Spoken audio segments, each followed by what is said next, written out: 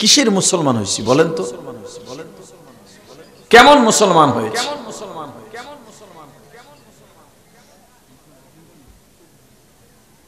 হাজার হাজার মাইল দূরের দেশ, যেই দেশের মানুষ এই দেশের মানুষকে চেনে না, জানে না।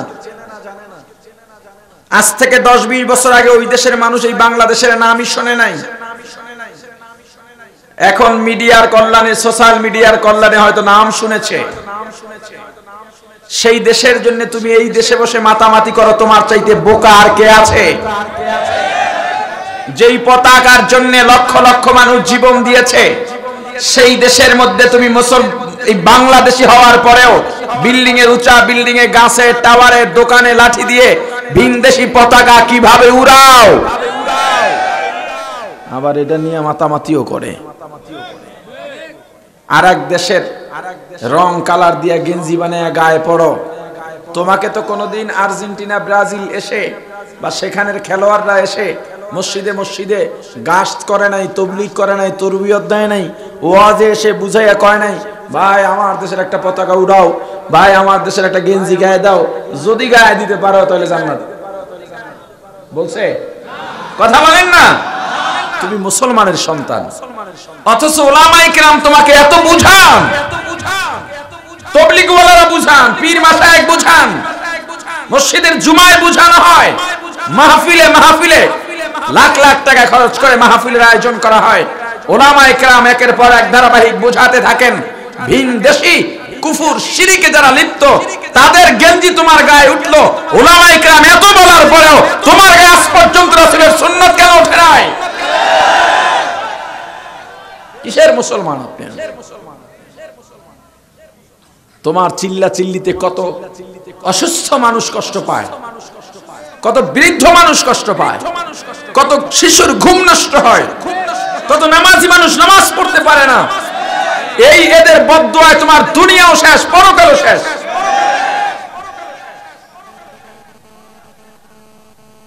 কি উন্মাদনা দেখছেন! একটা হরতালে যে অর্থনৈতিক ক্ষতি না হয় এই দেশের, এই ফুটবল আয়োজন চলতেছে, এই যে গেঞ্জি পতাকা আর 3-4 ঘন্টা সব বন্ধ করে খেলা দেখা, এতে যে সব বেচা কিনা লেনদেন বন্ধ থাকে, একটা হরতালের থেকে অর্থনৈতিক বেশি ক্ষতি হয় এই খেলায়।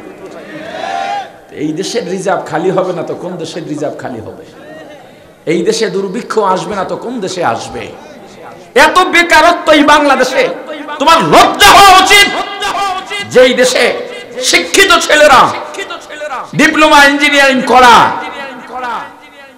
আইএ বিএ এমএ পাস করা ছেলেরা, বুয়েটে পড়া ভালো ভালো মেধাবী ছেলেরা চাকরি পাচ্ছে না। আপনারা শুনলে অবাক হবেন। আমার কুয়াকাটায় যে মাদ্রাসা, ওখানে মাদ্রাসার জন্য একজন হিসাব রক্ষক লাগবে, নিয়োগ বিজ্ঞপ্তি দিছিলাম। একটা মাদ্রাসায় হিসাব নিকাশ আর কি করবে, কত বেতন হবে, আর এই হিসাব নিকাশ করে কতটুকু যোগ্যতা লাগে? 5 পেশ করেও পারে, একটু চালাক হলেই হয়। অথচ আমার কাছে যে কত শত দরখাস্ত আসছে, বিসিএস ক্যাডার ছাড়া সব শিক্ষিতরা আবেদন করছে, হুজুর কিচ্ছু লাগবে না, বেকারত্বের অভিশাপ থেকে শুধু বাঁচতে চাই, পেটে ব্যথার এইখান তাতেই হবে। আর এই দেশের মানুষ খেলা নিয়ে মাতামাতি করে। কালকে না পরশুদিন ছবি দেখলাম, বিশাল ময়দান, সব আর্জেন্টিনার সাপোর্টার। কি একটা অবস্থা! কি করছো ভাই আমার? কোন উন্মাদনায় তোমাকে পেলো বলো? সব হারিয়ে ফেলছো, সব। এই খেলার উন্মাদনায়, এটা হারাম না হালাল? জেনে শুনে হারাম করা এবং সেটাকে বৈধ মনে করা এবং এই হারাম উদযাপন করতে গিয়ে আনন্দ প্রকাশে চিৎকার করা শিরিক। কিন্তু আমরা সেটা করছি প্রতিনিয়ত। আজকে আপনারা যারা আসছেন,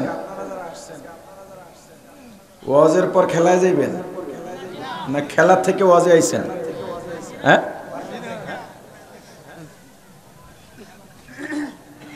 কয়েকবার কাতার বিশ্বকাপ হইতেছে ফুটবল, এটা সাপোর্ট করতে হবে। ইসলাম কায়েম বানায় দিছে না, কাতার ফুটবল হয় দেখে ইসলাম কায়েম বানায় লাইছে। কাতারের স্টেডিয়ামের বাইরে নাকি লাইব্রেরি করা হয়েছে ইসলাম বোঝাবার জন্য, সেটা ভিন্ন হিসাব। এর মানে এই না যে এটাকে সাপোর্ট করা যাবে আর এতে ইসলাম কায়েম হয়ে যাবে। শুনেছি ডাক্তার জাকির নায়েককে দাওয়াত দেওয়া হয়েছিল, পরে শুনছি না এগুলো মিথ্যা কথা। যদি হইতো তাতেও এটা ইসলাম কায়েম হইতো না, এতেও এটা হালাল হইতো না। কোরআন তেলাওয়াত দিয়া উদ্বোধন হয়েছে, এটা ওই রকম বিষয়। এক লোকের মোষ বড় বড় মদ খাইতেছে, মোষ আলগি দিয়া মদ পান করতেছে। একজন হিসেবে কিরে আলগি দিলি, তুই মাসালা জানাস না? পানাহার করার সময় যদি মোষ পানিতে লাগে তো পানি মাকড়ি হয়ে যায়। খায় কি? কথা বলে না। তো বিসমিল্লাহ বলে মদ খাওয়ার মতো আর কি।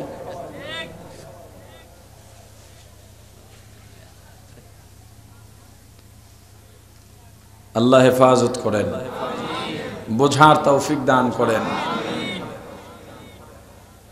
গত কাল না পরশু দেখলাম একজন ওয়াইজ লিখেছেন, আমি জানতাম না এই বিশ্বকাপের ফাইনাল কবে, জানলাম ওই পোস্ট দেখা। উনি লিখছেন মাহফিল কমিটি ওনাকে ফোন দিছেন 18 তারিখ যেদিন মাহফিল এই মাসের, যদির মাহফিলটা হবে না তারিখ পাল্টায় দেন। কেন? কয়েকদিন বিশ্বকাপ ফুটবল ফাইনাল। কিসের জন্য কি বন্ধ হচ্ছে? ওয়াজের জন্য খেলা বন্ধ হওয়া উচিত ছিল, কিন্তু খেলার জন্য ওয়াজ বন্ধ করে দিচ্ছে।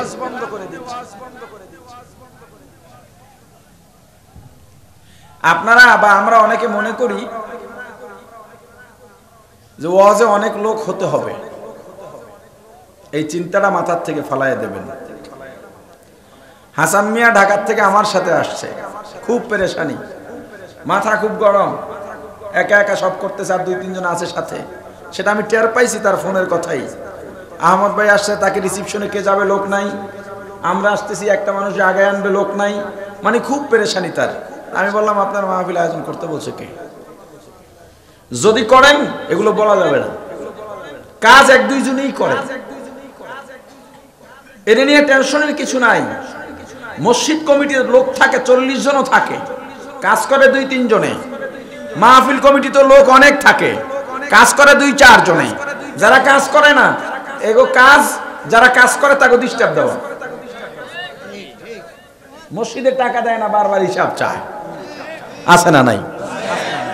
নামাজ মসজিদে পড়ে না, হুজুর নামাজ পড়াইতেছেন, বারান্দা দিয়ে, বারান্দার পাশ দিয়ে যাইতেছে, জানালা দিয়ে দেখছে হুজুরের মাথায় পাগড়ি নাই, এলাকা গরম, ওর যে ফাঁসায় কাপড় নাই তার খবর নাই। এমন বুজুর্গ আপনাদের এই এলাকায় নাই। এটা বুজুর্গ না বুজুর্গু?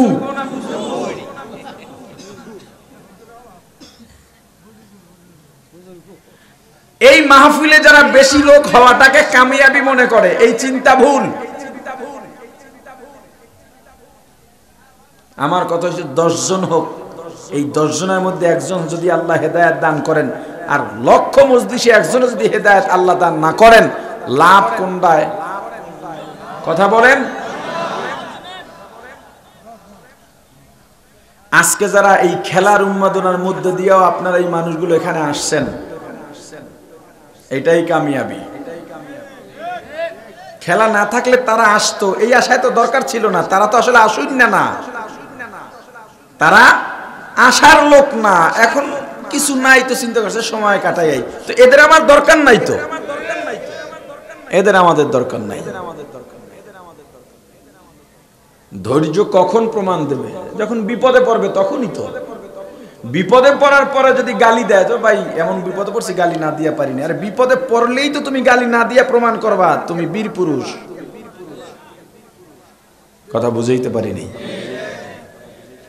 কথার জবাব দিয়েন, ভালো করে বুঝবেন কথাগুলো। নীল আর্মস্ট্রং মুসলমান হয়েছিলেন, বড় বিজ্ঞানী। সর্বপ্রথম তিনি চাঁদে গিয়েছিলেন। চাঁদের দেশ এই নীল আর্মস্ট্রং আবিষ্কার করেছেন। তিনি মুসলমান হয়েছেন, কিন্তু সেটা ইতিহাসে তোলা হয় নাই। কারণ ইহুদি খ্রিস্টানরা চিন্তা করেছে নীল আর্মস্ট্রং মুসলমান হয়েছে, চাঁদে যাওয়া প্রথম বিজ্ঞানী, এই মুসলমান হওয়ার ঘটনা যদি প্রকাশ হয়ে যায় তাহলে তো বিশ্বে আমাদের দল ভারী থাকতো না, সব মুসলমান হয়ে যাবে। এই জন্য এটাকে গোপন রাখছে। কিছু কিছু বই আছে চেপে রাখা ইতিহাস, বাজেয়াপ্ত ইতিহাস, এই বইগুলো পাওয়া যায় না সহজে। খুঁজবেন খুঁজবেন, খুঁজতে খুঁজতে যদি পান কিনবেন, দেখবেন যে মুসলমানদের কত ইতিহাস লুকানো হয়েছে। যেমন উপমহাদেশ, ভারত উপমহাদেশ 700 থেকে 750 বছর কিংবা 800 বছর শাসন করেছিলেন মুসলমানেরা। মুসলমানেরা শাসন করেছে বলতে যে মুসলমান তো এখনো আছে, বাংলাদেশও মুসলমান শাসন করে, পাকিস্তানও মুসলমান শাসন করে, কিন্তু ইসলামী শাসন তো নাই। শাসক মুসলমান কিন্তু শাসন কি না, ইসলামী না। কিন্তু ওই ভারত উপমহাদেশ খেলাফত ছিল, ইসলামী শাসন ছিল। সেই শাসনকে ব্রিটেনের ইংরেজরা মহাভারতে 1603 বা 6 খ্রিস্টাব্দে মিস্টার হেকিংসের নেতৃত্বে 208 সদস্য বিশিষ্ট একটা কাফেলা প্রবেশ করে। তারা ব্যবসা করবে এজন্য প্রবেশ করছে। এই অজুহাতে তাদের ব্যবসায়িক প্রতিষ্ঠানের নাম ইস্ট ইন্ডিয়া কোম্পানি। মহাভারতের ক্ষমতা ছিনিয়ে নিল।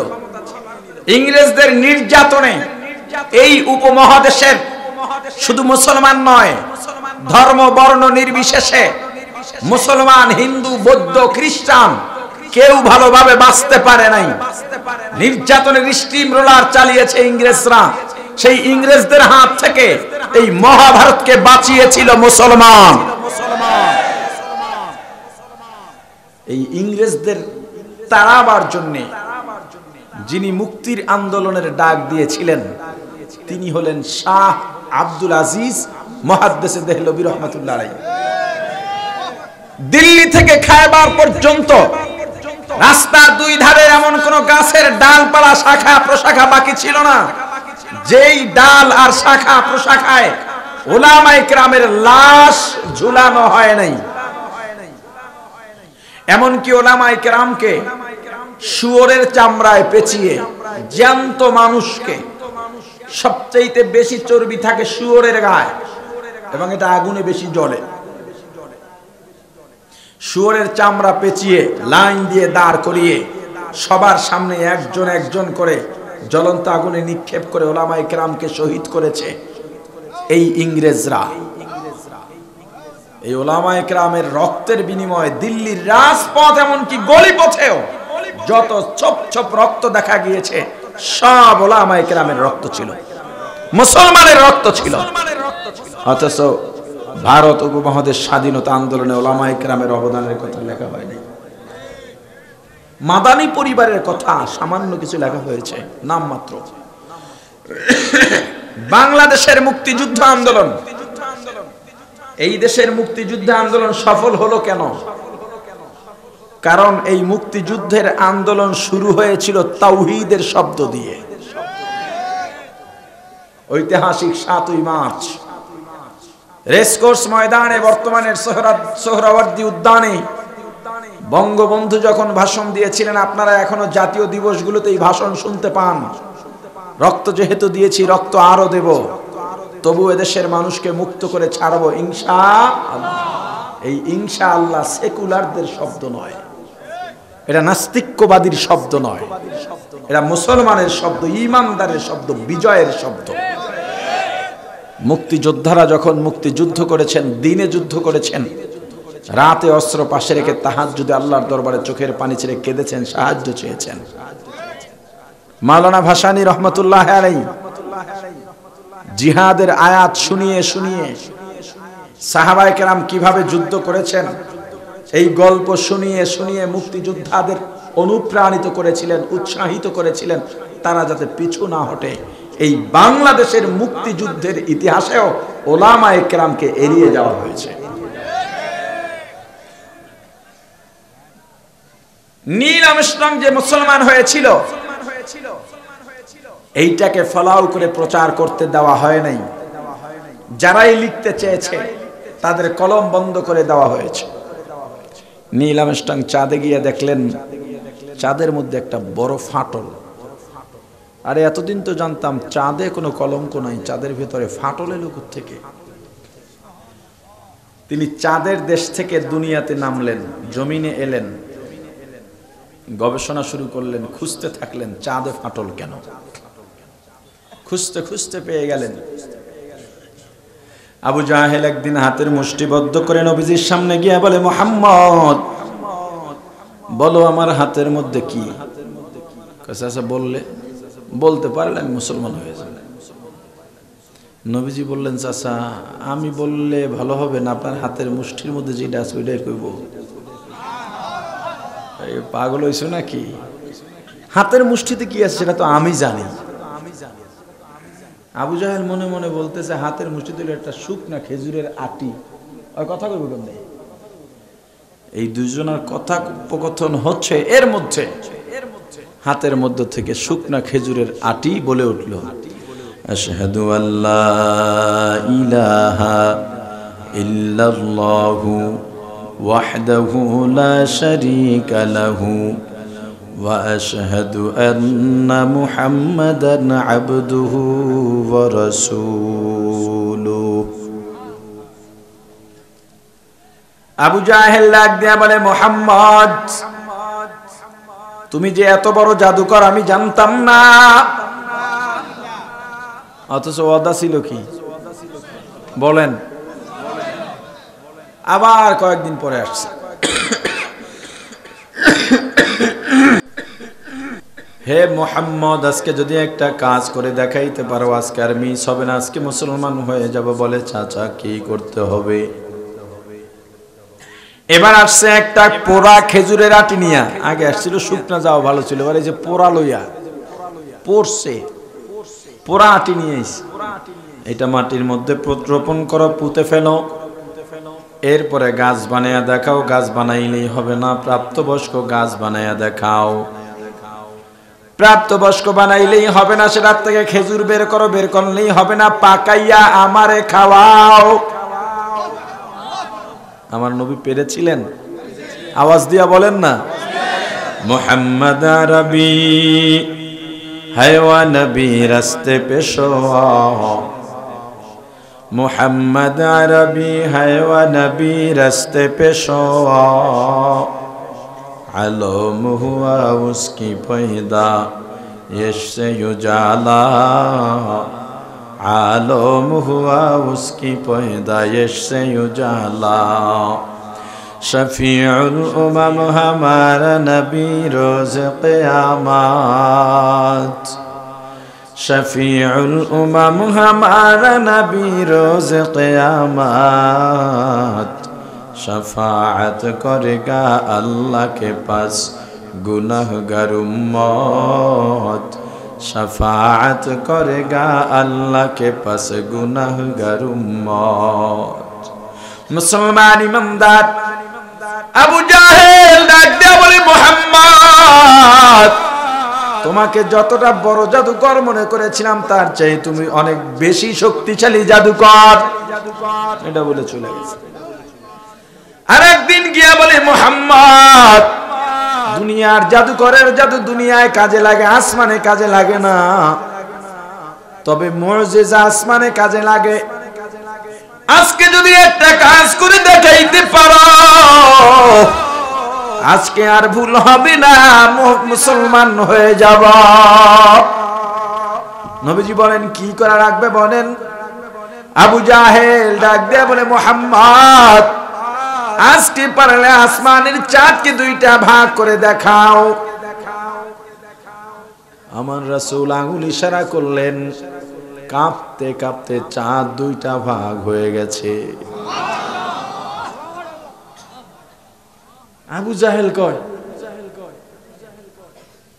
এতদিন জানতাম দুনিয়ার জাদু আসমানে যায় না, কিন্তু তুমি এমন এক জাদুকর, তোমার জাদু আসমানেও গেছে। আবু জাহেল এখন আছে? কিন্তু ডিম পাইরা গেছিল, ওইটার ছাও ফুটাইছে, ওই ছাও বড় হইয়া আবার ডিম পারছে, ওই ডিমের ছাও বড় হইয়া আবার ডিম পারছে। এই বংশানুক্রমে বংশ পরম্পরায় এখনো আবু জাহেলের বংশধর আছে। তবে মুমিন মুসলমান, তোমার ভয় পাওয়ার কিচ্ছু নাই। আবু জাহেলের মতো কাট্টা কাফির নেতা, ঈমানদার মুআজ, ছোট্ট দুই বালকের হাতে আবু জাহেল যেমন কুপকাত হয়ে গিয়েছিল, ওই মুআজ মুআওয়াজের বংশধর বা উত্তরসূরি এখনো আছে না নাই? ওদের সংখ্যা যত হোক, আমাদের সংখ্যা 313।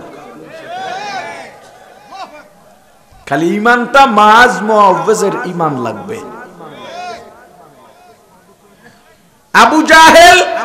আবু জাহেলের বংশধর, ওদের শক্তি কখনো নবীওয়ালা রাসূলওয়ালা শক্তির সামনে বড় নয়। অতএব তুমি রাসূলের সুন্নতকে আঁকড়ে ধরো। নীল আর্মস্ট্রং চিন্তা করলেন যে আসলে মুসলমানরা ঘটনা তো বানাইয়াও লিখতে পারে, তো এটা যাচাই করা দরকার এই ঘটনাটা সত্য কিনা। যে মুসলমানদের নবীর হাতের ইশারায় চাঁদ 2 খণ্ড হইছে, এই ঘটনাটা সত্যতা বাইর করব কিভাবে? আবার রিসার্চ শুরু করলেন। করতে করতে পেয়ে গেলেন যে ওই সময় সব দেশের রাষ্ট্রপ্রধানরা সাক্ষী দিয়েছে, আমরা যার যার জায়গা থেকে, যার যার রাষ্ট্র থেকে আকাশের চাঁদকে 2 ভাগ হতে দেখেছি। নীল আর্মস্ট্রং আর দেরি করেন নাই, মুসলমান হয়ে গেছে। এখন আপনি বলবেন, হুজুর আমরা তো চাঁদের দেশে যাইতেও পারবো না, ফাটলও খুঁজে বের করতে পারবো না, তো আল্লাহর চিহ্ন কেমনে? এটা একটা উদাহরণ দিলাম, আমাদের জন্য আল্লাহকে চেনা সবচাইতে বেশি সহজ। আচ্ছা বলেন তো, মাটির চাকা পানিতে ভাসে না ডোবে? বালু, পাথর। এবার বলেন এই জমিন কিসের তৈরি? সবাই বলেন মাটি আছে, বালু আছে, পাথর আছে। এবার বলেন মাটির এই জমিনের নিচে কি আছে? আশ্চর্য ব্যাপার, ছোট্ট একটা মাটির চাকা যেখানে পানিতে ভাসাইতে পারি নাই, সেখানে এত বড় জমিন, কোথায় শুরু কোথায় শেষ জানি না। এই জমিনের উপরে কত বড় বড় পাহাড়, কত বড় বড় অট্টালিকা, কত গাছ, কত মানুষ, কত পশু পাখি। এরপরেও এত বড় জমিন পানির উপরে ভেসে আছে।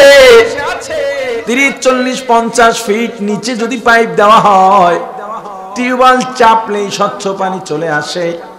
কবর খনন করার পর যদি মাইয়িত রাখতে কিছুক্ষণ দেরি হয়, কবরের মধ্যে পানি উঠে যায়। কেন চিনবেন না আল্লাহকে? দেখেন তো, আজ পর্যন্ত কোন বিজ্ঞানী এটা দাবি করে নাই, এটা আমাদের গবেষণার ফল করছে। জোরে বলেন না রে ভাই। আল্লাহ বলছেন এটা আমি করছি। যেহেতু আল্লাহর দাবির বিরুদ্ধে কেউ আপিল করে নাই, অবজেকশন দেয় নাই, অতএব আল্লাহর দাবি সত্য না মিথ্যা? যেহেতু সত্য, সেহেতু আল্লাহ আছেন না নাই? আওয়াজ দিয়ে বলেন। এবার আরো একটা মজার তথ্য নেন।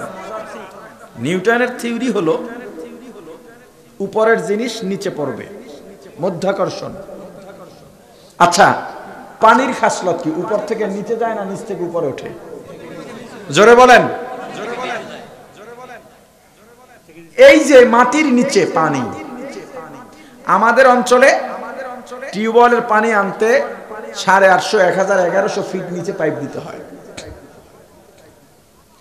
তো আমার মাদ্রাসায় একটা টিউবওয়েল বসাচ্ছি।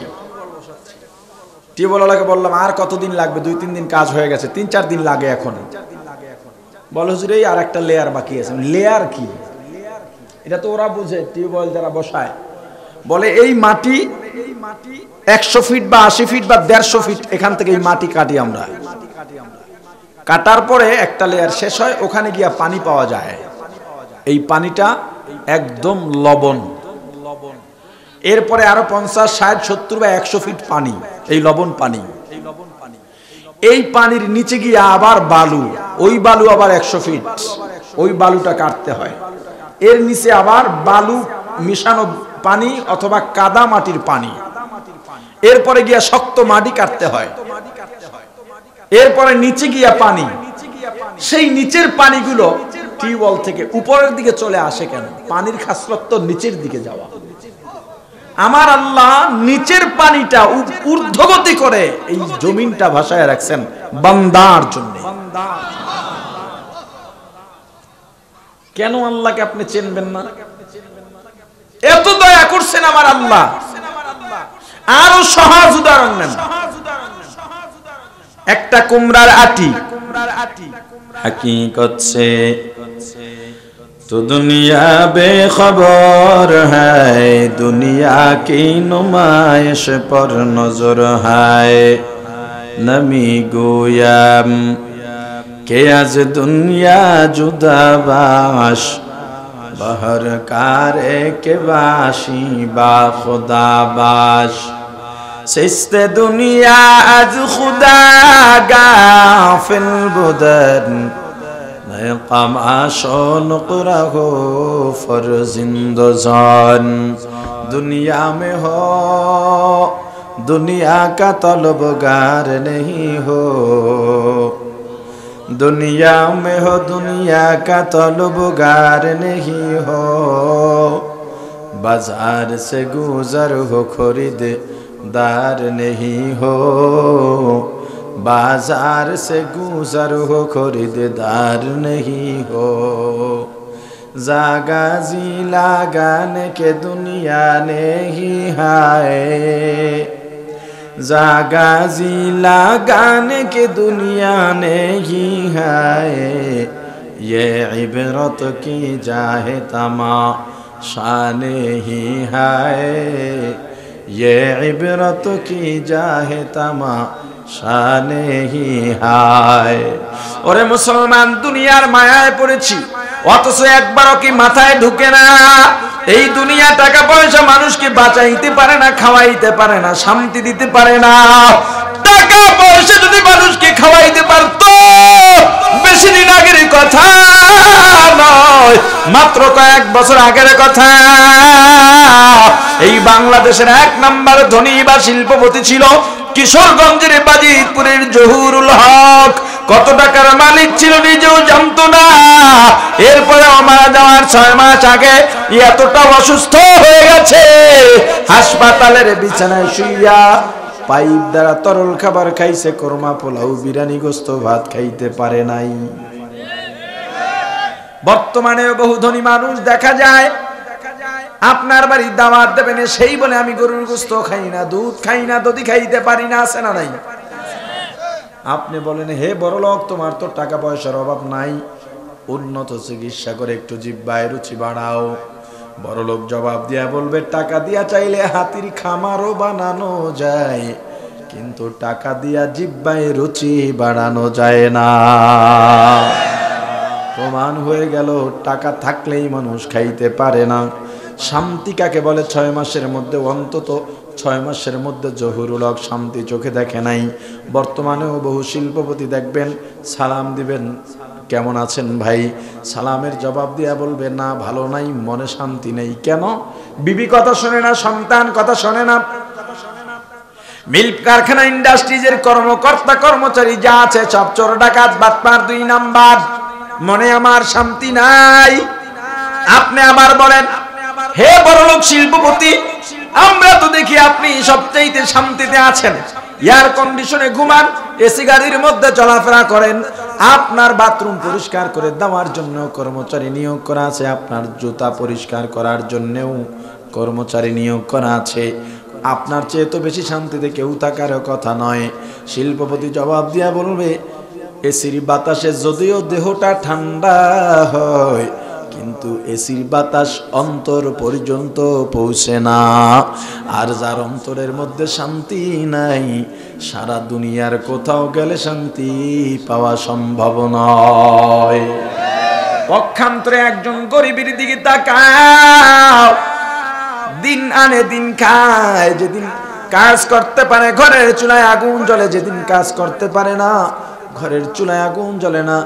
এরপরেও খবর নিলে দেখা যায় ওই গরিবের অভাবী সংসারে শান্তির কোনো অভাব নাই। কোটি টাকার মালিকে দেখো অভাব হয় না দূর, কোটি টাকার মালিকে দেখো অভাব হয় না দূর, গরিবে ঘুমায় গাছতলাতে মনটা বাহাদুর। হৃদয় তাকিবে যার নম্র সদা, রহমত আসিবে তথা প্রভুর রদা। বড়র বড়াই করলে দিলে রহমত আসে না, মেটা দো আপনা হস্তি কো अगर कुछ मर्तबा चाहो के दाना खाक में मिलकर गुले गुलजार होता है। বড়র বড়াই করলে দিলে রহমত আসে না, নিজেকে নিজে ছোট মনে করিও সদা। উঁচু জায়গার পানি যেমন নিচু দিকে যায়, তেমনি আল্লাহর রহমত আসে নম্র হৃদয়ে। ফেরাউনের লাশটা দেখো মিশর জাদু ঘরে, খায় না কোনো পোকা মাকড় সবাই ঘৃণা করে। জ্ঞানী যারা বুঝে তারা শুধু ইশারায়, নির্বোধকে বুঝাইতে কে পারে কোথায়। তরকারির মতো তরকারি হলে অল্প জালে সেজে, বুদ্ধিমান মানুষ হলে ইশারাতেই বোঝে। এত উন্নত চিকিৎসা করার পর জহুরুল হক বাঁচতে পারে নাই, আওয়ামী লীগ বিএনপির দাপুটি কত নেতা বাঁচতে পারে নাই, বড় বড় হুজুর পর্যন্ত বাঁচতে পারে নাই। ওরে মুসলমান ইমানদার, একটু মাথায় কাটা একটা কুমড়ার আটি, কুমড়ার দানা মাটির মধ্যে পুঁতে রাখো। প্রশিক্ষণের দরকার নাই, পরিচর্যার দরকার নাই, শিক্ষার দরকার নাই, ডিগ্রির দরকার নাই, লেখাপড়ারও দরকার নাই। তুমি শুধু আটিটা মাটির মধ্যে পুঁতে রেখে আসো, 3-4 দিন বা সর্বোচ্চ 1 সপ্তাহের মধ্যে 2টা সবুজ পাতা উপরে চলে আসে। কেন আসবে বলেন? কেন আসবে? আজ পর্যন্ত পৃথিবীর কোন বিজ্ঞানী এই আবিষ্কার করতে পারে নাই কেন এটার থেকে পাতা উঠবে। পাতা ওঠার পরে বলতে পারে, দেখার পরে এই গাছটা ভালো হবে না খারাপ হবে নমুনা দেখে, কিন্তু পাতা কেন উঠবে এত জ্ঞান। বিজ্ঞানের জায়গায় অজ্ঞান হয়ে রয়েছে। কেন উঠবে পাতা? আবার 2টা পাতার মধ্য থেকে আরো পাতা বের হয়ে একটা লতা হয়, পাতার গোড়া দিয়া ফুলের কলি বের হয়, কলির গোড়া দিয়া ছোট্ট কুমড়া, এই কুমড়া আস্তে আস্তে বড় হয়।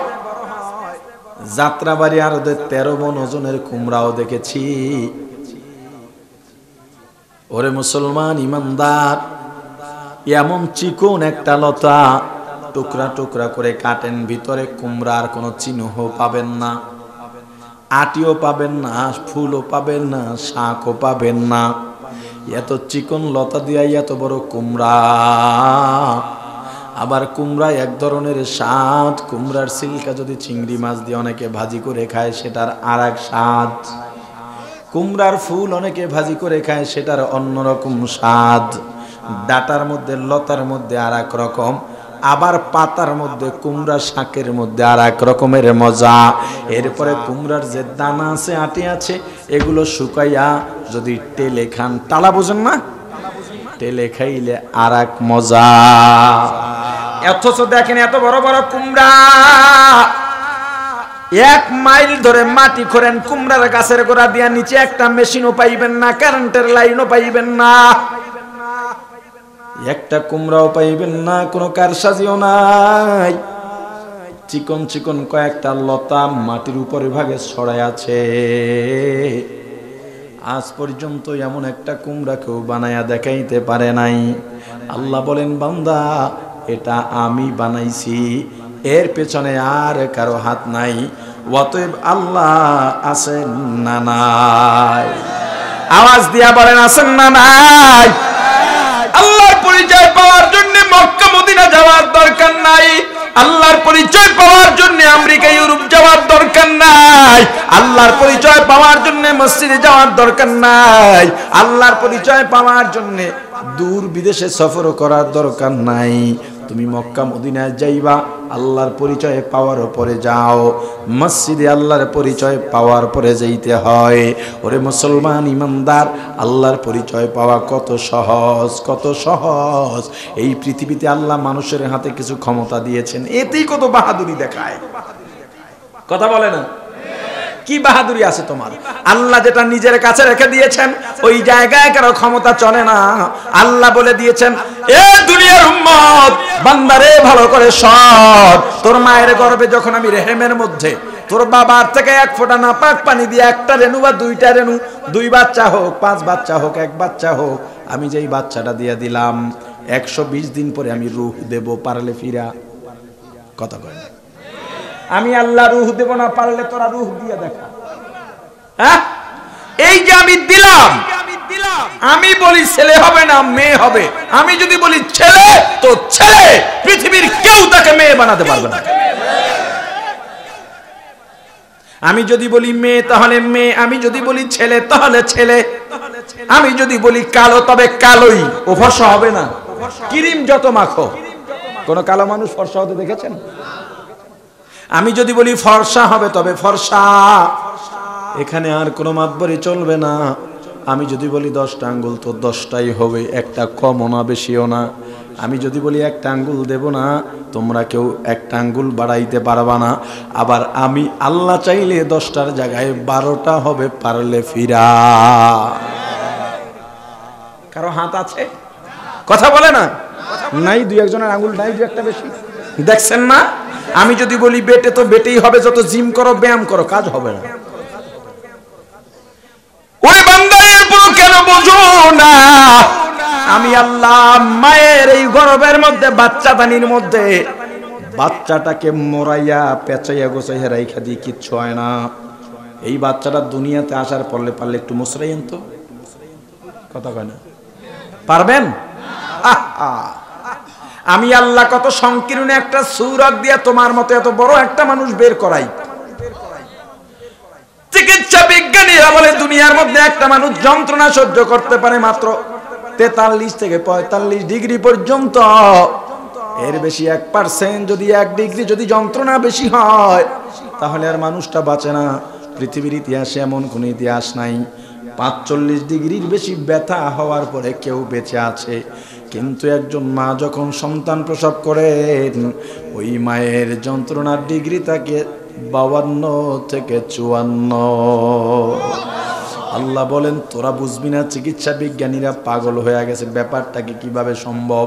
আল্লাহ বলেন তোদের কাছে এটা মাথায় ধরবে না। যদি আমি আল্লাহকে চিনতি তবে সব সহজে বুঝে যাইতি। শুধু 52 আর 54 নয়, এই 100% যন্ত্রণার পরেও আমি আল্লাহ বাঁচায় রাখতে পারি। কত প্রমাণ তোদের দেওয়া লাগবে? আমি আল্লাহ আমার খলিলুল্লাহকে নমরুদের আগুনের মধ্যে জান্নাতের বাগান বানায়া দিছি। কয়েক মাইল দূর থেকে পাখি উড়ে গেল, পুরে পুরে পড়ে যাইতো, আগুনের তাপ এত ছিল। আমি আল্লাহ সেই আগুনকে শান্তিদায়ক বানায়া দিছি। আমি আল্লাহ ইউনুসকে মাছের পেটে ঢুকাইয়া 40 দিন পানির মধ্যে ঘুরাইছি। আমি আল্লাহ জাকারিয়াকে গাছের মধ্যে ঢুকাইছি। ইয়াহুদি নাসারারা আইসা গাছ কাটছে, আমার জাকারিয়ার পশমও কাটে নাই। আমি আল্লাহ ধারালো ছুরি দিয়া ইব্রাহিমের ছুরির নিচে সন্তান ইসমাইলকে শোয়াইছি। আমি ছুরিকে বইলা দিছি খবরদার, পাথরও কাটবি, গাছ কাটবি, সব কাটবি, কিন্তু ইসমাইলের একটা পশমও যেন না কাটে। ছুরি একটা পশমও কাটে না। আল্লাহ আছেন না নাই? এরপরও কেন চেনো না আল্লাহকে? কি হলো তোমার? বান্দারে ডানে বামে তাকাও, তুমি কি দেখো না? তোমার আমার চাইতে দেখতে অসুন্দর নয়, তোমার আমার চাইতে শক্তিও কম নয়, তোমার আমার চাইতে বংশ মর্যাদাও কম নয়, টাকা পয়সাও কম নয়। তারও জিহ্বা আছে, তোমার আমারও জিহ্বা আছে। তুমি আমি কথা বলতে পারি, সে কথা বলতে পারে না। তোমার রুহের দিকে তাকাও, রুহ অল্প, কেউ দেখছে কোনোদিন? কথা বলে না। রুহটা কি? আমরি রব্বি, আল্লাহর হুকুম মাত্র একটা। আল্লাহ বলবেন এ চলে আয়, ও চলে যাবে, আপনি আমি শেষ। কথা বলে না, শেষ। ওলামায়ে কেরাম এত বুঝান, কেন বুঝান? ওরে মুসলমান ইমানদার, ওলামায়ে কেরামের সিনার মধ্যে যখন ইলমে নববী ঢুকে যায়, ইলমের নূর ঢুকে যায়, আমার রাসূলের সিফাত কিছু পায় ওলামায়ে কেরাম। আমার রাসূলের মায়া উম্মতের জন্য সব নবী রাসূল ইন্তেকালের পরে আসমানে গিয়েছেন। আপনার আমার নবী দোজাহানের সরদার মুহাম্মদুর রাসূলুল্লাহ সাল্লাল্লাহু আলাইহি ওয়াসাল্লাম আসমানে জান্নাই জমিনে আছেন, মদিনার রওজায় শুয়ে শুয়ে এখনো উম্মতি উম্মতি বলে কাঁদেন। আহলে সুন্নাত ওয়াল জামাতের আকীদা কি? আমার রাসূল জিন্দা না মুর্দা?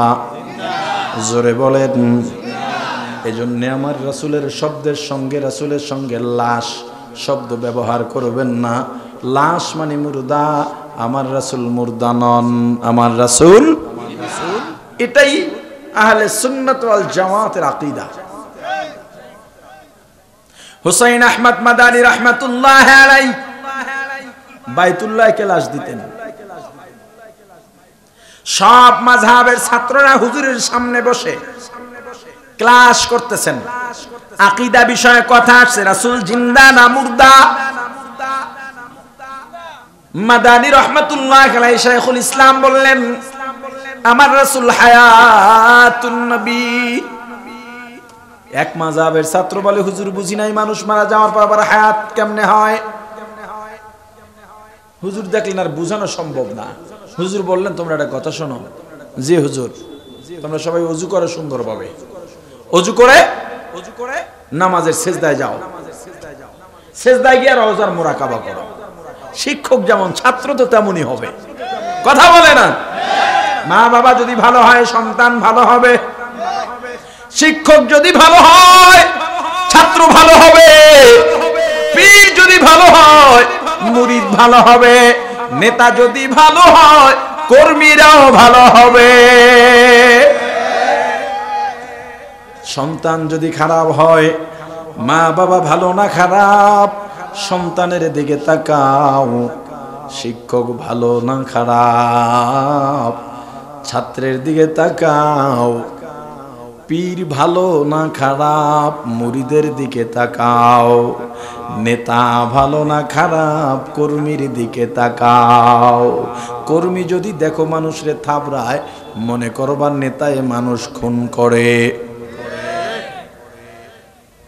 মুরিদের যদি দেখো প্রসাব করে পানি লয় না, মনে করবা পীরটায় খারাইয়া মতে।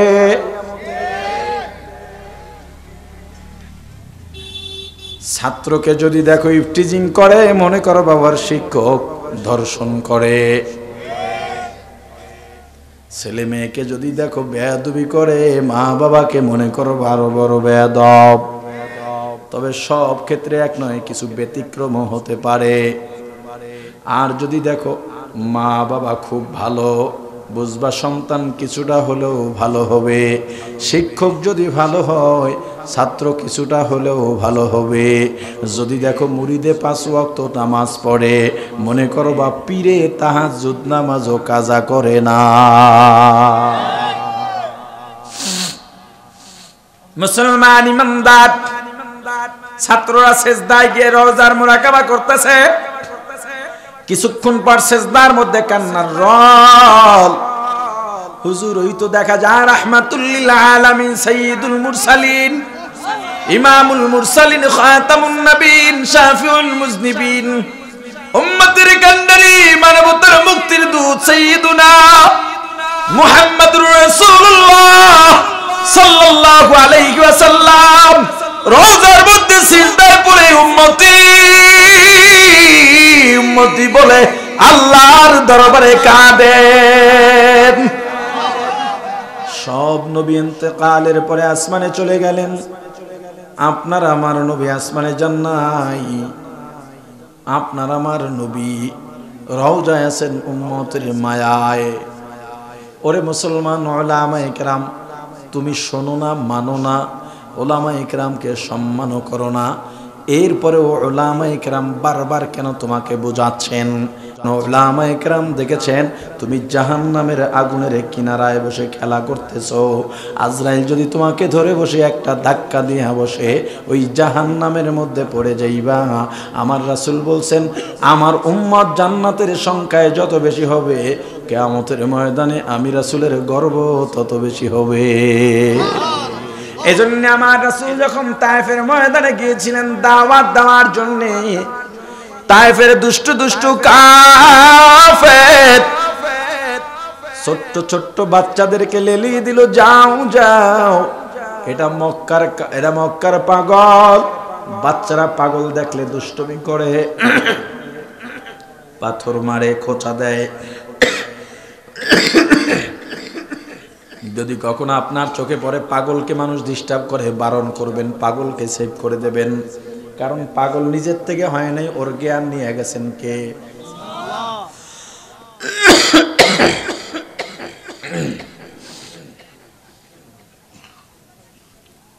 এখানে আর কোনো পানি আছে?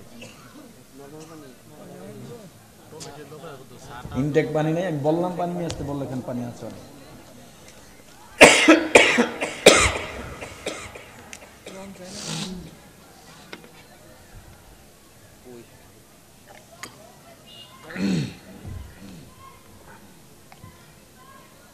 আল্লাহ নবীজিকে পাগল বলে পাথর মারতেছে। নবীজি বারবার বলতেছেন তোরা আমার কথা শোন, আমি পাগল না, পাগল না, পাগল না। আল্লাহর পক্ষ থেকে আমি তোমাদের কাছে শান্তির বাণী নিয়ে আসছি, তোমাদেরকে বাঁচাবার জন্য আসছি। কে কার কথা শুনে? নবী আমার ডান দিকে তাকান, সেদিক থেকেও পাথর, বাম দিকে ফিরিলেও পাথর, সামনে ফিরিলেও পাথর, পেছনে ফিরিলেও পাথর। আমার রাসূলের গায়ে বৃষ্টির মতো পাথর পড়ল, রক্তে রঞ্জিত হয়ে গেলেন। এত রক্ত আমার রাসূলের শরীর থেকে বের হয়ে গেছে, শরীর থেকে বাইতে বাইতে পায়ের মাথায় গিয়া জুতা রক্তের কারণে পায়ের সঙ্গে আটকে গেছে। আমার রাসূল আঘাত আর সহ্য না করতে পারে, আগাইতেছেন কাফেরের দল। পিছন থেকে ধাক্কা মেরে আমার রাসূলকে ফালা দেয়। আমার রাসূল উঠতে যাবেন, ওঠেন, এমন সময় আবার ধাক্কা দিয়া ফালা দেয়। আমার রাসূল তবু ওদের জন্য বদদুয়া করেন নাই, পাহাড়ের কিনারে গিয়া বসছেন। তায়েফের প্রান্তরে নবীজি যেদিন দিনের দাওয়াত দিতে যান, সেদিন নবীজি আমার কত আঘাত সহিলেন। এতিম নবীজি সেদিন কত আঘাত সহিলেন, হয়ে অসহায়। তায়েফের প্রান্তরে নবীজি যেদিন দিনের দাওয়াত দিতে যায়, যায়েদকে সাথে নিলেন, 3টি দিন দাওয়াত দিলেন। একটা কাফের দিন করলো না কবুল, যায়েদকে সাথে নিলেন।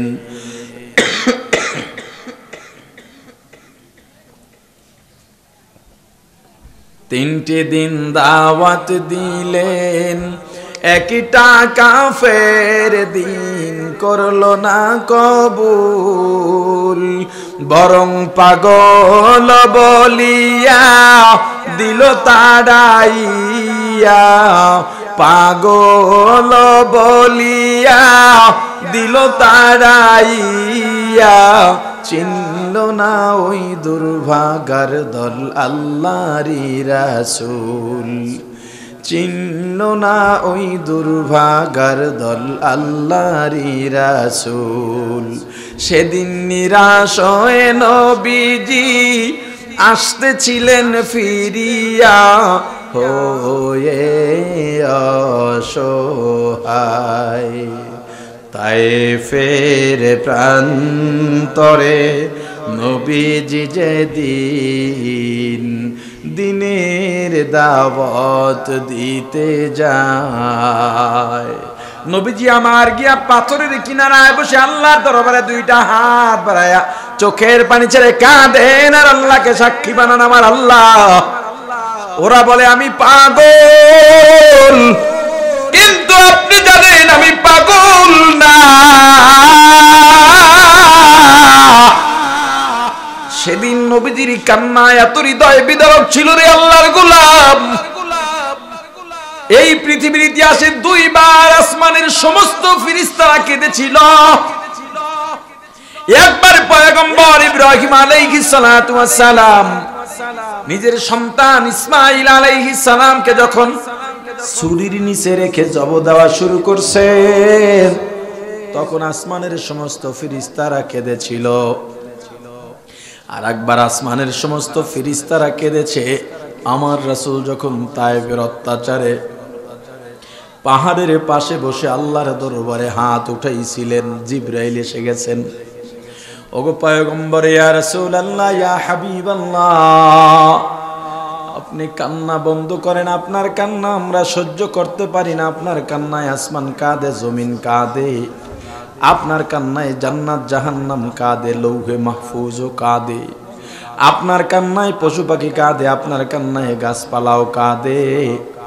আমার রাসূলের পরিচয় শুধু আমরাই পাইলাম না, বাকি দুনিয়ার সবাই পাইছে। আমি রাবির নাম ভুলে গিয়েছি। আমার রাসূল যখন রাস্তা দিয়ে হাঁটেন, সাহাবায়ে কেরাম সঙ্গে হঠাৎ করে রাসূল বলতেছেন ওয়া আলাইকুমুস সালাম, ওয়া আলাইকুমুস সালাম, ওয়া আলাইকুমুস সালাম।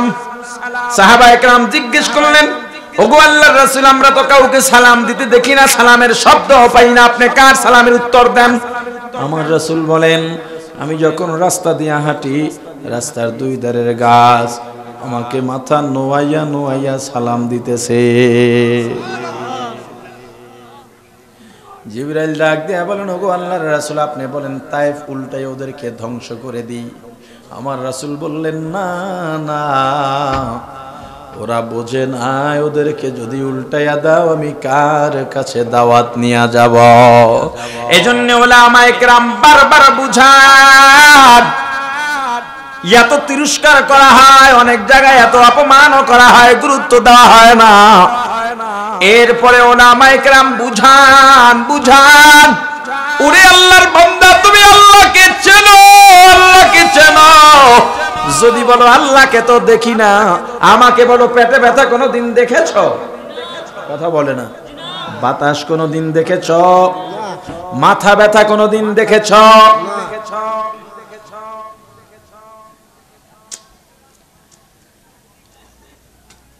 তুমি হঠাৎ করে চিল্লা পাল্লা শুরু করলা, কান্নাকাটি শুরু করলা। কিরে ভাই কেন কাঁদো? বলে আমার পেটে ব্যথা করে। দেখা পেটে ব্যথা কোথায়? টান মেরে মেরে ফেলি আছাড় দিয়ে। বলেন এটা দেখা যায় না, অনুভব করা যায়।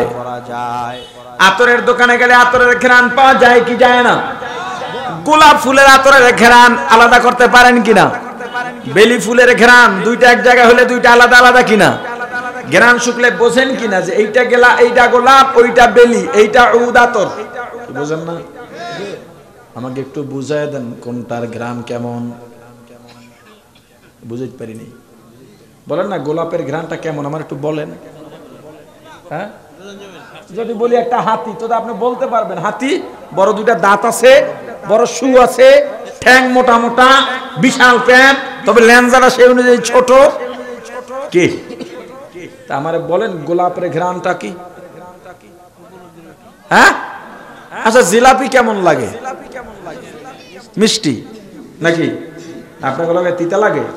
তা বলেন তুমি জিলাপি খান নাই? জিলাপি কেমন লাগে? রসমালাই, আমিত্তি, বাতাসা, চিনি সবগুলা কি স্বাদ এক না ভিন্ন? জোরে, স্বাদ এক না ভিন্ন ভিন্ন? আমার বলেন কোনটা স্বাদ কেমন বলেন? এই যে আল্লাহকে চেনার উপলব্ধি, এই আল্লাহর সৃষ্টি মাখলুক নিয়ে গবেষণা করলেই সেই উপলব্ধি আপনার ভেতরে আসবে, আপনি আল্লাহকে চিনে যাবেন। এর যুবক এখনো আল্লাহকে চিনতে পারি নাই, কোন দিন জানি মারা যাই জানা নাই। একটু আগে আপনাদের মাহফিলের নিরাপত্তার জন্য পুলিশ আসছিল থানা থেকে, তারা বললেন হুজুর একটু ব্যস্ত আছি। কেন? 3টা মানুষ মারা গেছে আশেপাশে কোথাও, আশেপাশে কোথাও 3টা মানুষ খুন হয়েছে। যারা মারা গেছে ওরা কি আগে জানছিল যে আজকে মারা যাবে? তুমি যুবক উন্মাদনায় মেতেছ, তুমি যে এখন মারা যেতে পারো তুমি কি ভেবে রেখেছো? আমি যে এখনো বসে আছি, আমি যে ঢাকা ফিরতে পারবো, এর কোনো গ্যারান্টি আছে? কোনো গ্যারান্টি নেই।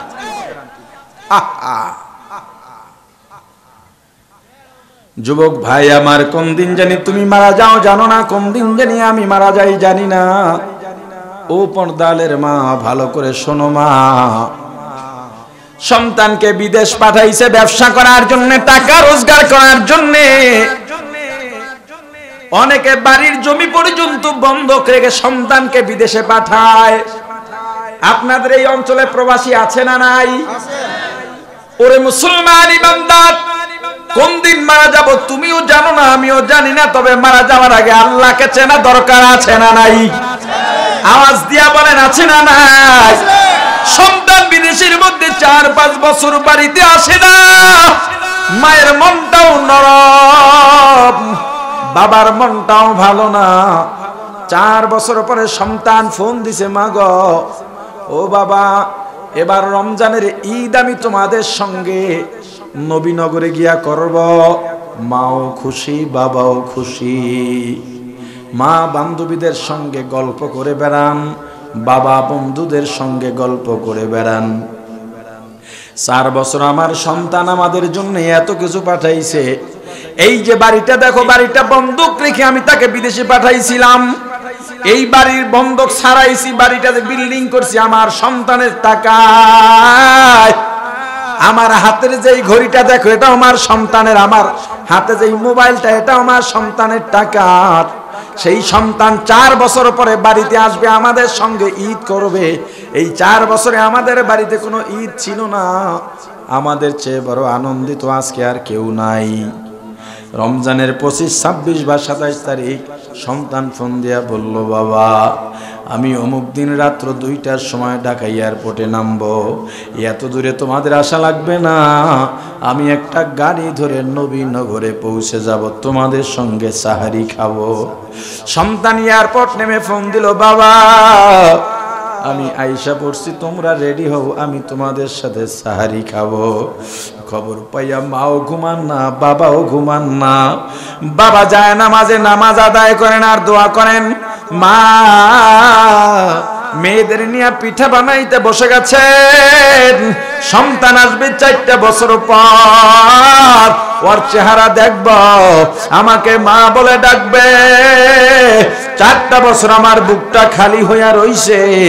সাহারি শেষ সময়, এখনো সন্তানের কোনো খবর নাই।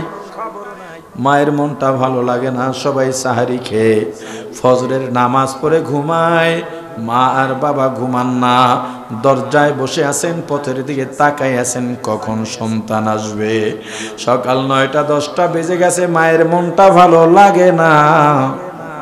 সন্তানের বাবাকে ডাক দিয়েছেন, স্বামী আমার, সন্তান এখনো কেন আসে না, আমার মনটা ভালো লাগে না, একটু খবর নিয়ে দেখেন।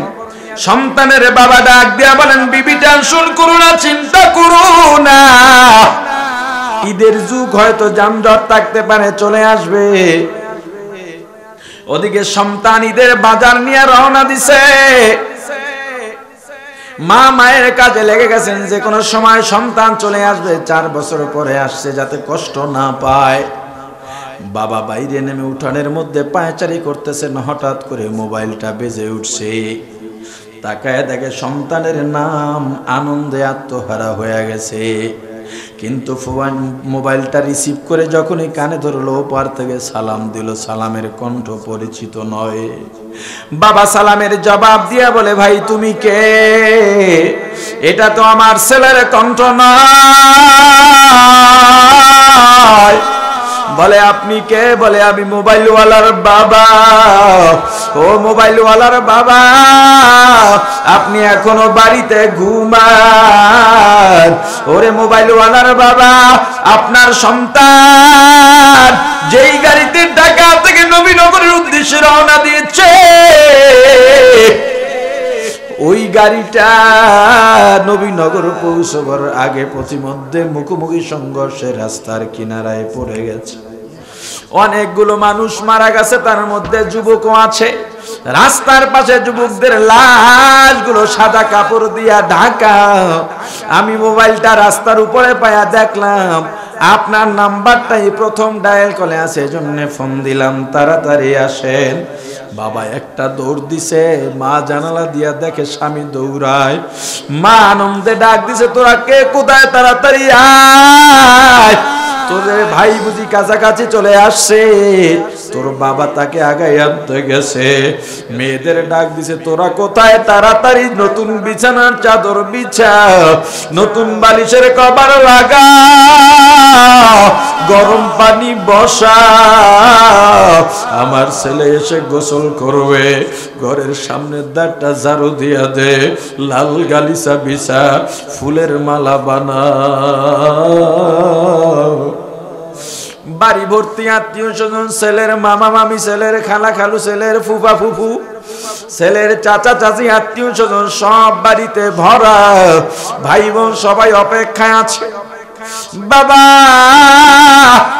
গিয়া দেখে অনেকগুলো লাশ রাস্তার পাশে সাদা কাপড় দিয়া ঢাকা। মনের মধ্যে কৌতূহল, একটা একটা মাথার উপর থেকে কাপড়টা উঠান। হঠাৎ তাকায় দেখেন কলিজার টুকরা সন্তান লাশের মিছিলে শামিল হইয়া গেছে। বাবা একটা চিৎকার দিয়া সন্তানকে কোলে টেনে বলেন, ওরে বাবা, ঈদের বাজারের ব্যাগ এখনো দেখি তোর হাতে শক্ত করে ধরা। বাবারে, বাড়ির জায়গা বন্ধক রেখে তোকে বিদেশে পাঠাইছিলাম। ওরে আব্বু, বাইরে গিয়া কত পরিশ্রমী না করলি, তোর পরিশ্রমের টাকা দিয়া বাড়ি ছাড়াইলাম, জমি ছাড়াইলাম, বাড়ি বিল্ডিং করলাম, তোর ছোট বোনের বিয়ে দিলাম, তোর ভাইয়ের লেখাপড়া করাইলাম। বাবার 4টা বছর পর আসবি, কত অপেক্ষায় ছিলাম, তুই কেন মাঝ পথে থেমে গেলি বাবা? এ বাবা বল, তোর মাকে আমি কি জবাব দিব রে বাবা? তুই যেদিন বিদেশে রওনা দিয়া যাবি, তুই তো জানিস না 1 সপ্তাহ আগের থেকে তোর মা বিছানায় ঘুমায় না। আগের রাতে আমাকে জড়ায় এত কান্নাই কানছে, তোর মাকে নিয়ে আমি 20-30 বছর সংসার করি, এত কান্না করতে দেখি নাই। এমনকি তোর নানা মারা গেল, তোর নানি মারা গেল, তখন এত কাঁদতে দেখি নাই রে বাবা। তুই যখন রওনা দিয়া গেছিস, তোর মা ওদিন রাতে ঘুমায় নাই, দরজায় তোর পথের দিকে তাকায়া তাকায়া কান্নাকাটি করেছে। কত রাত তোর মাকে আমি বিছানায় পাই নাই, গিয়া দেখি তোর মা দরজা খুলে বসে তোর পথের দিকে তাকায়া তাকায়া কাঁদে। তুই বিদেশ যাওয়ার পর আমার বাড়ি কত মেহমান আসছে, ভালো ভালো খাবার পাকায়া, মজাদার পিঠা বানাইয়া সবাইকে ভাগ করে দিত, কিন্তু তোর মা খাইতো না। ওরে বাবা, 4 বছরে 8টাই প্রত্যেক ঈদে তোর মায়ের জন্য নতুন শাড়ি আনতাম, সবার জন্য জামা কাপড় কিনতাম, নতুন পোশাক বানাইতাম, জুতা কিনে দিতাম। তারই অংশ হিসেবে তোর মায়ের জন্য শাড়ি কিনতাম, নতুন কাপড় কিনতাম, জুতা কিনতাম। গহনাও দিতাম, হাতের রুলি দিতাম, চেইন দিতাম, গলার হার দিতাম। কিন্তু প্রত্যেক ঈদে গিয়া দেখতাম ওই যে চৌকির উপরে খাটের উপরে শাড়ি রাখা ওখানে আছে, তোর মা পরে নাই। ঈদের নামাজ থেকে ফিরে গিয়া দেখি তোর মা ঘরে নাই, মাঝের খাটালেও নাই, পেছনের ঘরেও নাই। খুঁজতে খুঁজতে গিয়ে আগে দেখি তোর মা পাকের ঘরে কিচেন রুমে তোর মা চুলার উপরে দুধ দিয়া জাল দিতেছে, ফেরনি রান্না করবে, সেমাই রান্না করবে। দুধ উথলাইয়া পাতিলার পাশ দিয়া বেয়ে পড়ে পড়ে একেবারে চুলার আগুন নিভে গেছে, তাও তোর মায়ের কোনো খবর নাই। গিয়া দেখি তোর মায়ের বুকটা ভিজা, গালটা ভিজা, দুই চক্ষু দিয়া বৃষ্টির মতো পানি পড়তেছে। আমি গিয়া বললাম, ওরে বিবি, ঈদের দিন, এই আনন্দের দিনে তুমি কেন কাঁদো? তোর মা আমাকে জড়ায় ধরে বলে, স্বামী রে, আমার কলিজার টুকরা সন্তান আমার কাছে নাই,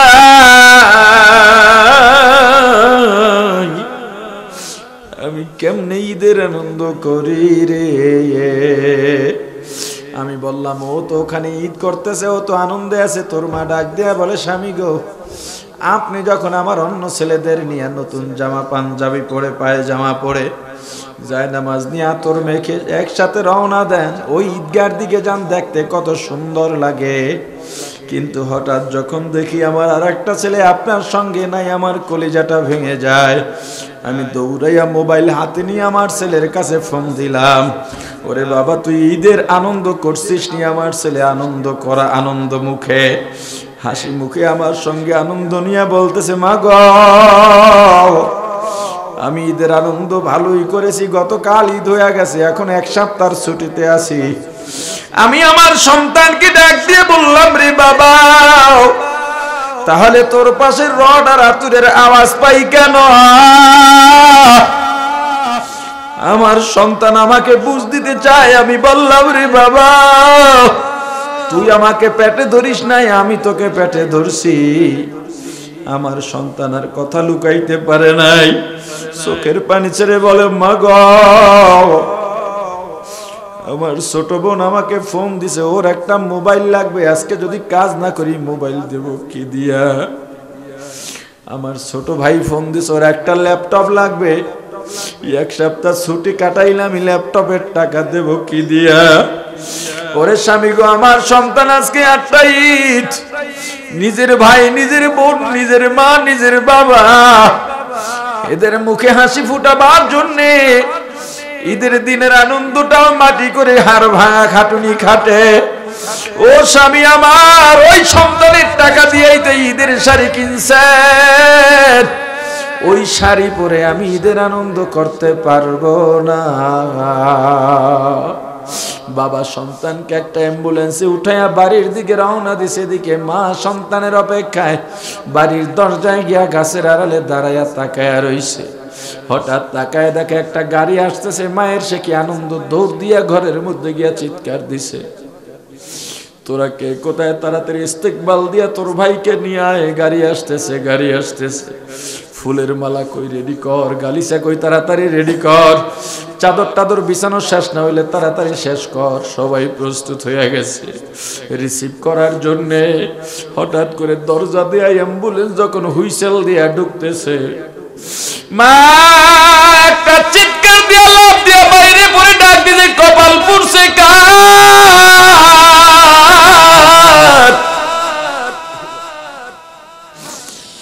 এই মরার গাড়ি আমার বাড়িতে কেন?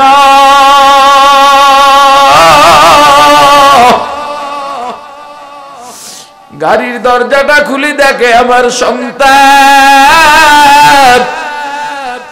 রক্তাক্ত অবস্থায় ঘুমায়া গেছে। এমন ঘুম জীবনে আর উঠবে না। মা সন্তানকে ডাকে আর বলে, রে বাবা, তোর জন্য নতুন চাদর বিছাইছি, আয় বাবা, আয় আয়। কত অপেক্ষা করছি, 8টা ঈদ করি না, এইবারের ঈদ তোর সঙ্গে আনন্দ করব। বাবারে তোর জন্য কত ধরনের পিঠা বানাইছি, তুই যেদিন বলছিস আসবি সেদিন থেকে আমি মা ঘুমাই নাই, কত পরিকল্পনা করে রাখছি। বোন ডাক দিয়া বলে ভাই রে তোর জন্য মালা গাঁথলাম, কত আনন্দ।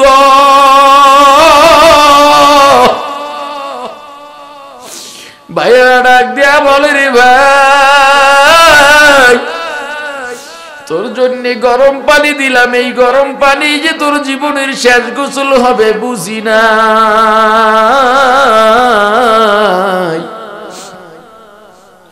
ও পর্দালের মা, একবার চিন্তা করো মা, যখন 16, 17, 18 বছরের যুবতী হইয়া গেছো, তোমার বাবা, তোমার বড় ভাই, তোমার চাচা, তোমার অভিভাবক বিন্দু বিবাহ বন্ধনে আবদ্ধ করাইয়া রঙিন শাড়ি পরাইয়া তোমার শ্বশুর বাড়ি পাঠা দিছে। এত আনন্দ আর কোনদিন পাও না। আবার এমন একটা দিন আসবে রে মা, যেই দরজা দিয়া রঙিন শাড়ি পরে নতুন বধূ হইয়া ঢুকছ, ওই দরজা দিয়ে আবার পাতলা সাদা 5খানা কাপড়ের প্যাকেটে ঢুকাইয়া লাশ হইয়া বের হইবা। তোমার সন্তানগুলো পেছনে পেছনে দৌড়াবে আর তোমাকে মা মা বলে ডাকবে, জবাব দিতে পারবা না। ওরে আল্লাহর গোলাম, আর কতদিন বাঁচবো জানি না। আমার আল্লাহকে চেনো, আল্লাহকে চেনো, আল্লাহকে চেনো, আল্লাহকে চেনো। আমার রাসূলের মোহাব্বত অন্তরে ঢুকাই, আমার রাসূলের আদর্শ মেনে চলো রে যুবক। আল্লাহর গোলাম, আমার রাসূলের অন্তরে কষ্ট দিও না। আমার আল্লাহর সঙ্গে নাফরমানি করিও না। আল্লাহ আমাদের সবাইকে বোঝার তৌফিক দান করেন, বলেন আমিন।